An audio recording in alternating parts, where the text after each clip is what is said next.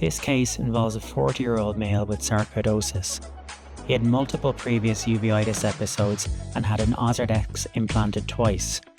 He developed quite a lot of synechiae and iris bombe as a result, requiring a YAG-PI. The AC depth was 2.5mm and there was significant anterior bowing of the peripheral iris.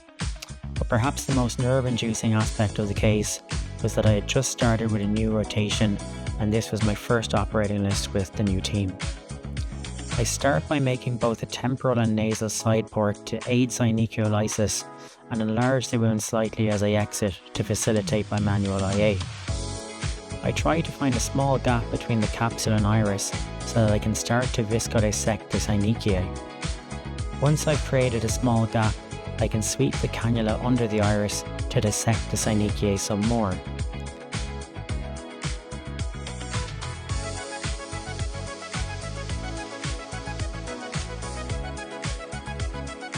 The peripheral iris is quite bowed, so I find I have to inject some OVD as I enter the side port, push it out of my way.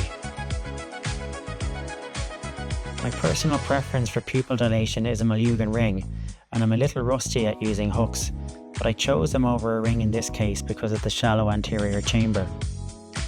I chose to use 5 hooks as I specifically wanted to place one hook subincisionally. I was concerned that iris prolapse via the main wound might be an issue in this eye. I make the superior wound slightly scleral so as not to interfere with my main incision.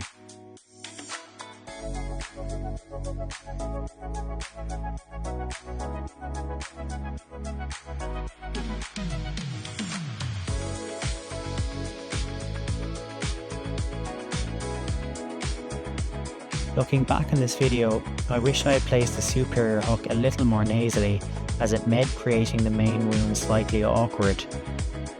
I then try to wash as much viscoelastic out of the chamber as I want to stain the capsule with Vision Blue. As this patient is so young, I'm concerned about its elasticity and I figure staining it should increase the capsule stiffness. I think there was still a bit of viscoelastic in the chamber unfortunately, which led to limited staining of the capsule.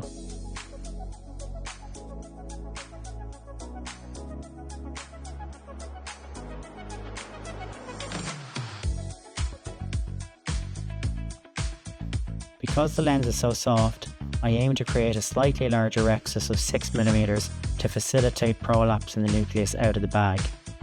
It should also reduce the risk of capsular phimosis, which is common in uveitic patients.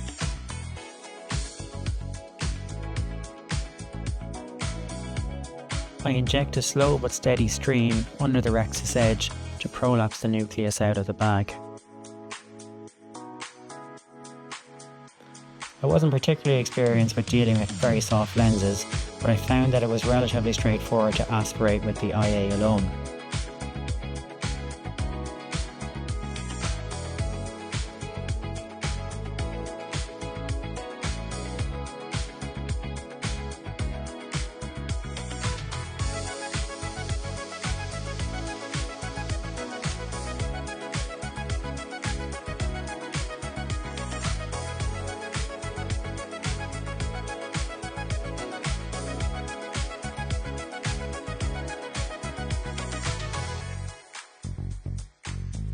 I chose to hydro-implant the lens as well, as I assumed that once I remove the iris hooks, the pupil might come down, making removal of OVD much more challenging behind the IOL.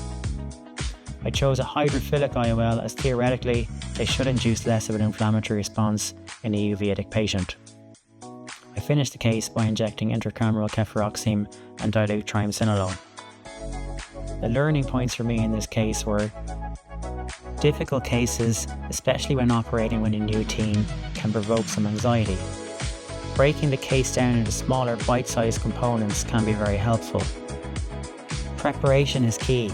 Although this was my first iris bombe case, watching surgical videos gave me a great sense of familiarity when performing the case.